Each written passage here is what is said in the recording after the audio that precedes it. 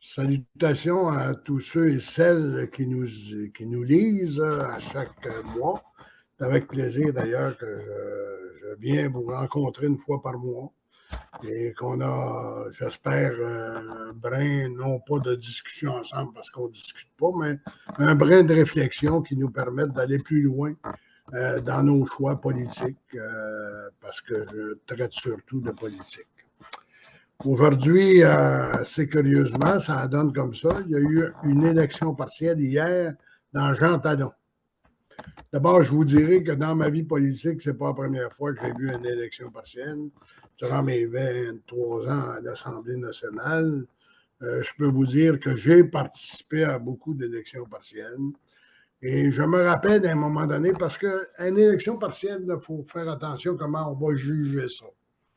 Ce n'est pas nécessairement c'est souvent un message qu'on va envoyer au gouvernement. Et M. Legault, évidemment, on sait très bien qu'il est d'une force extrême avec 90 députés. Alors, pas une misère à se faire aider. M. Legault a cette facilité-là d'être capable de dire aux gens des choses qu'ils peuvent accepter d'entendre. Souvent, on le traite de bon père de famille, ce qui fait qu'il peut souvent se tromper et il peut souvent nous faire avaler qu'il s'est trompé. Alors, je suis toujours un peu perplexe devant ça, mais habituellement, une élection partielle, ça vient donner un coup de semonce au gouvernement qui est en place, pour toutes sortes de raisons. Alors, on est dans la région de Québec, on est dans un comté qui n'a jamais voté autre chose ou à peu près, sauf depuis que M. Legault est là, que libéral. C'était toujours une forteresse libérale à ce moment-là. Ils n'ont jamais les plus gros scores dans le temps qu'on discutait de la souveraineté du Québec. On allait chercher dans Jean Talon des scores épouvantables au niveau politique. Alors, qu'est-ce qu'on se retrouve là présentement? On se retrouve avec Jean Talon qui fait élire un candidat du Parti québécois. Alors, c'est pas une méchante affaire. Au contraire, moi, je suis un peu content de ça d'une certaine façon parce que le Parti québécois a été maltraité un peu depuis la dernière élection. On se rappellera qu'ils n'ont pas le nombre voulu pour être reconnus en Chambre. On distance la période de questions, etc. Et pourtant, le chef ne fait pas mauvaise figure. Moi, je pense que pour la démocratie, indépendamment de ce que je peux penser du Parti québécois, pour la démocratie, c'est important qu'en Chambre, on ait des gens de tous les partis qui font valoir le point de vue du peuple.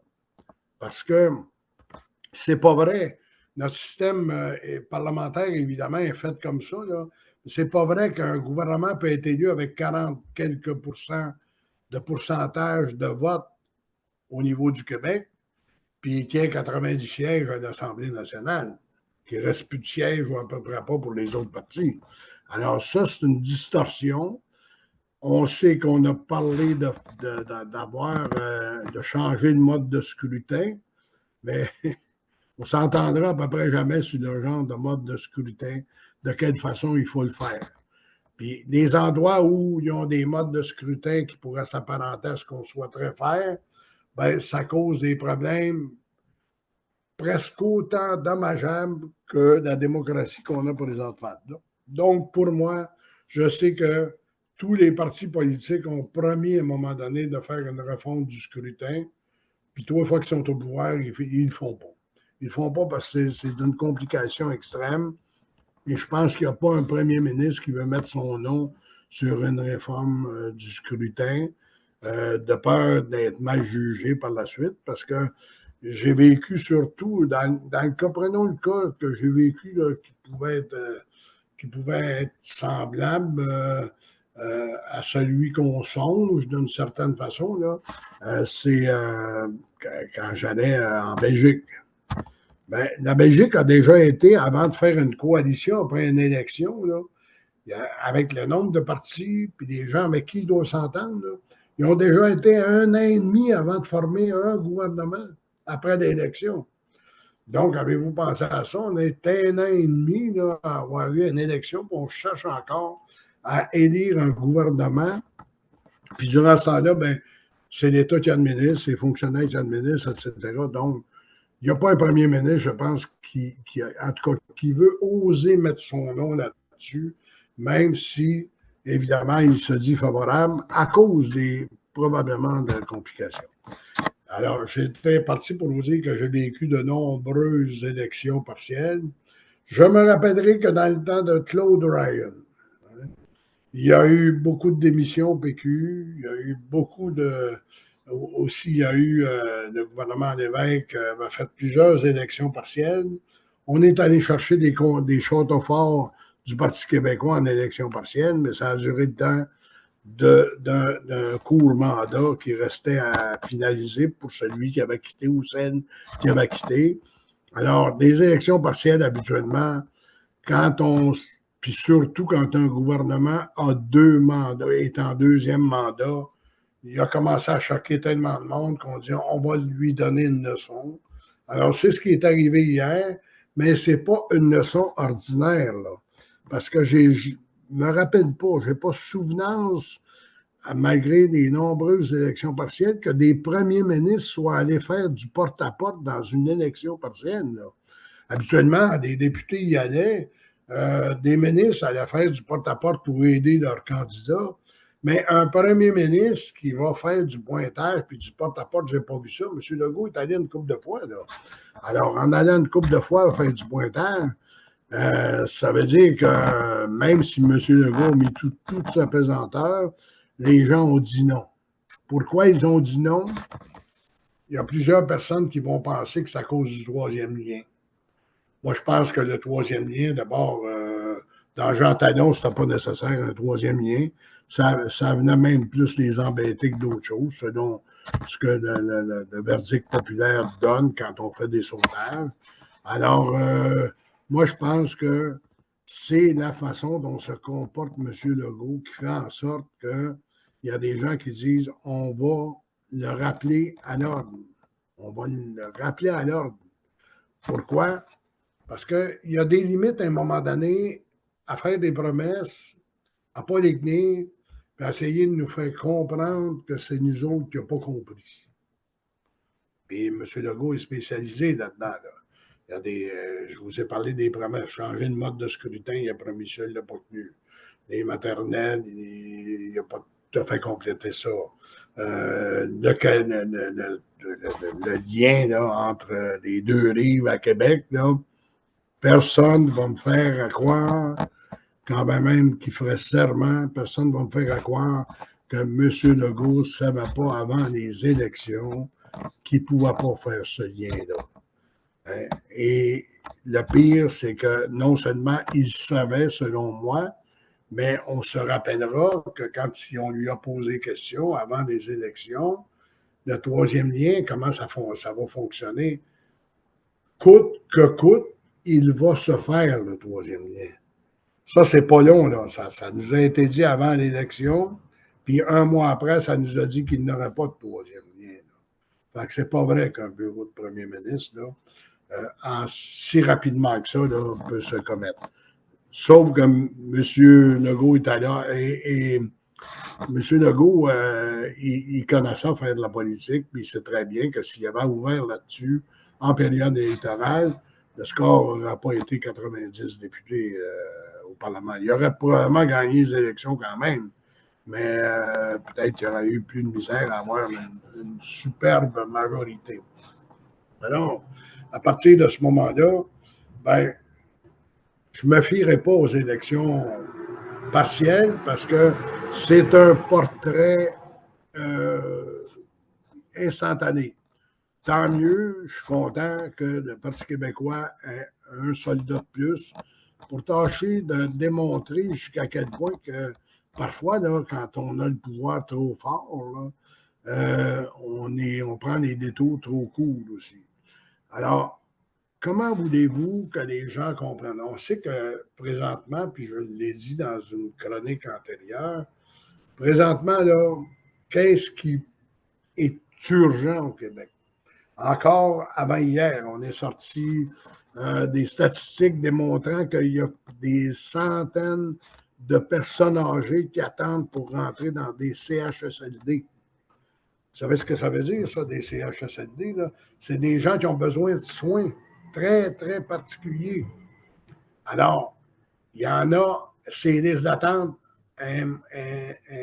énormément qui attendent. Bon, on ne trouve pas de place. Il ne se fait pas de construction, il ne se fait pas d'agrandissement. On connaît le problème des écoles. Les écoles, bon, on est rendu qu'on prend un kidam sur la rue, là, et qu'il y a le moindrement d'instruction.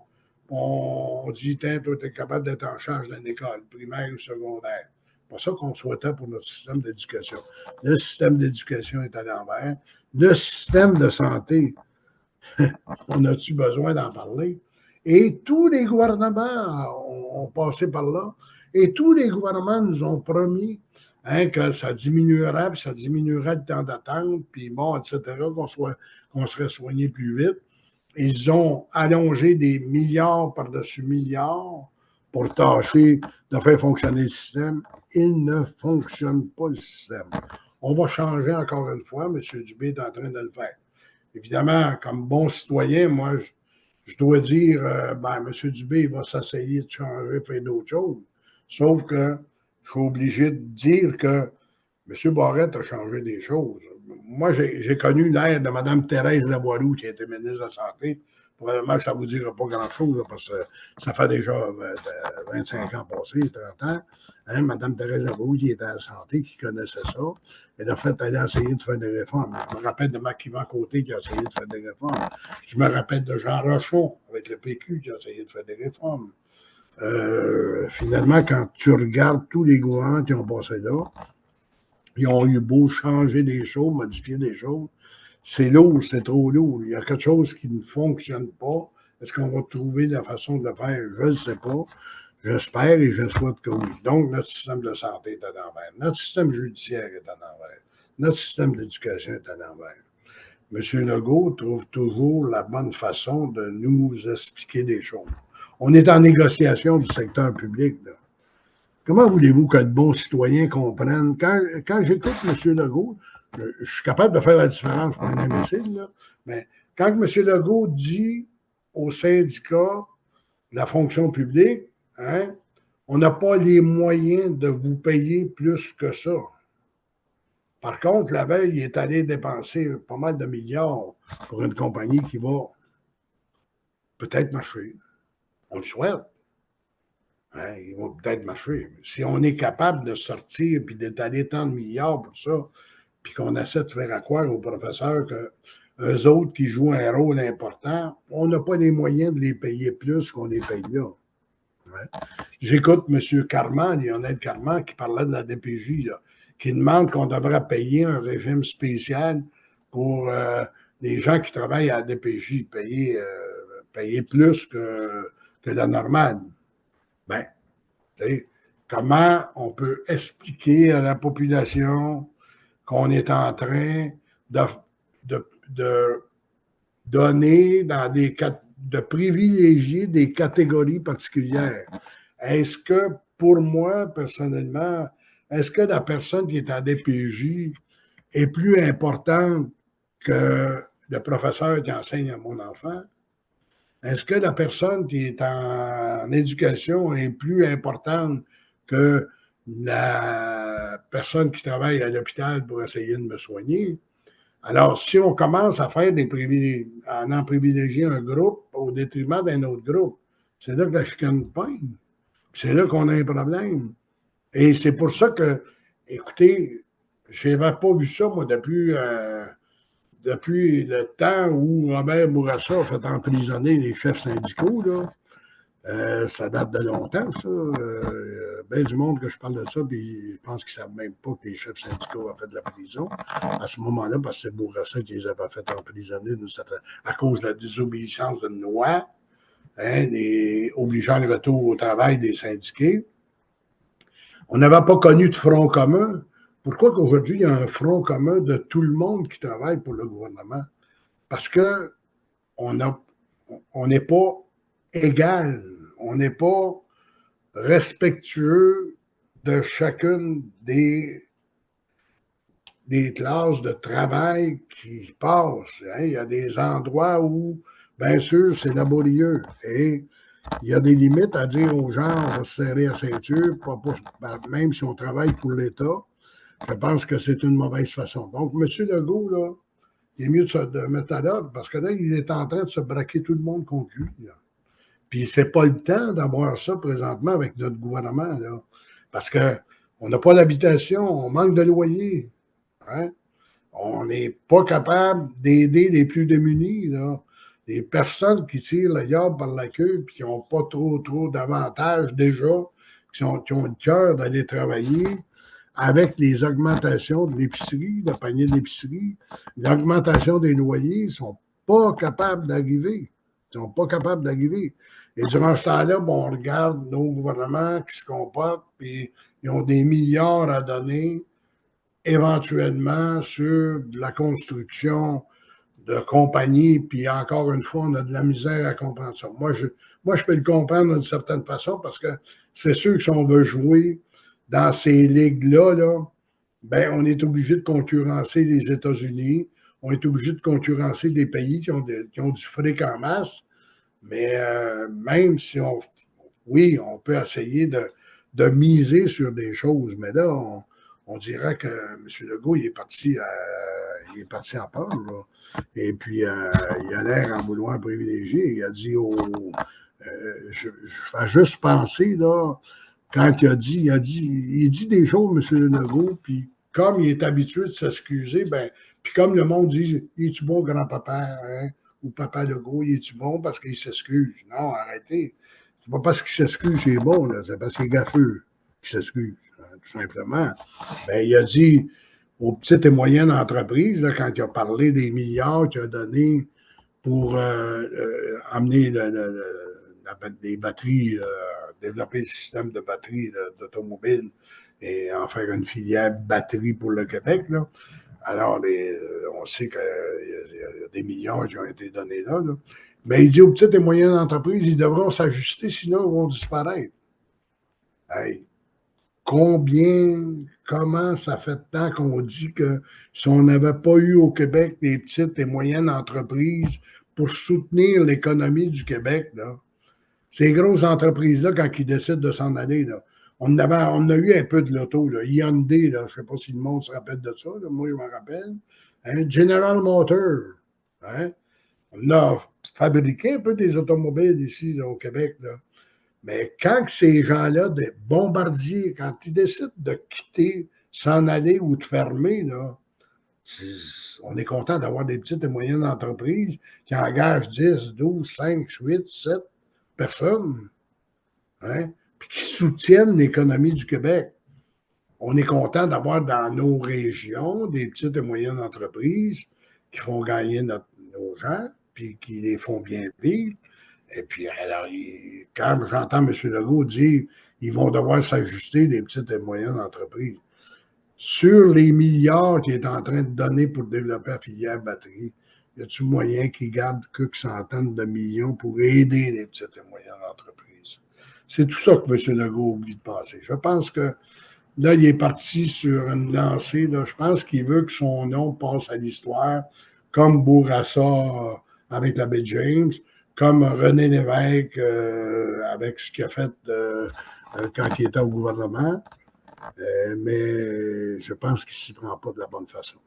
Alors, moi, je pense que l'élection d'hier, avec toutes les déclarations qu'il fait, puis qu'il est obligé de reprendre, etc., là, je pense que c'est un bon coup de semonce. Et je pense qu'on doit lui dire, encore une fois, à l'ordre, M. Legault, ça presse. Regardez votre bon peuple, là. Il est en déficit un peu partout, là. Dans ses loyers, dans son épicerie, il est en déficit un peu partout. Il n'y a pas de construction d'écoles. Nos écoles sont en décrépitude. Alors, M. Legault, à l'ordre, s'il vous plaît.